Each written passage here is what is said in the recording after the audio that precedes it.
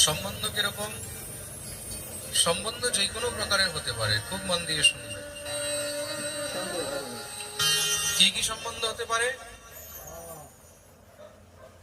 দ্বেষাদ ভয়াদ স্নেহাদ यथा भक्तेश्वरे मनः आवेश्य तदघं हित्वा बहवस्तद्गतिं गताः।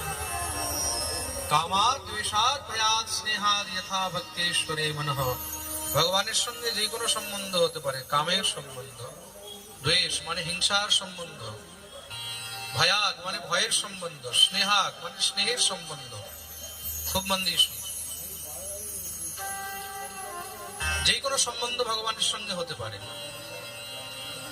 তো ভগবানকে কাম, দ্বেষ মানে হিংসা, স্নেহ ইত্যাদি এইসব সম্বন্ধের দ্বারাও